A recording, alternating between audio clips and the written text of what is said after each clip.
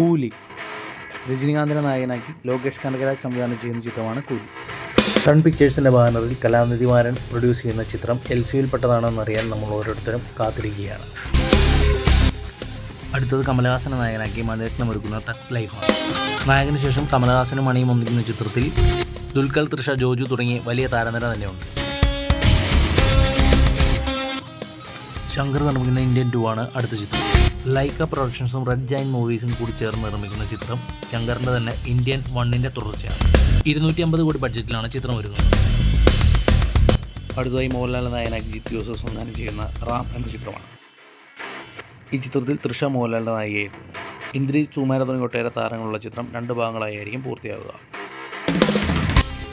മലയാളികൾ ഏറ്റവും കൂടുതൽ കാത്തിരിക്കുന്ന ചിത്രമാണ് എമ്പുരാൻ. പൃഥ്വിരാജിൻ്റെ സംവിധാനത്തിൽ മോഹൻലാൽ, ടൊവിനോ തോമസ് തുടങ്ങി വൻ താരനിര ഒരുങ്ങുന്ന ചിത്രം ലൂസിഫറിൻ്റെ 2ാം ഭാഗമാണ്. വൻ വിജയമായ ആദ്യ ഭാഗമുള്ള ചിത്രത്തിൻ്റെ 2ാം ഭാഗത്തിനും വൻ പ്രതീക്ഷയാണ്.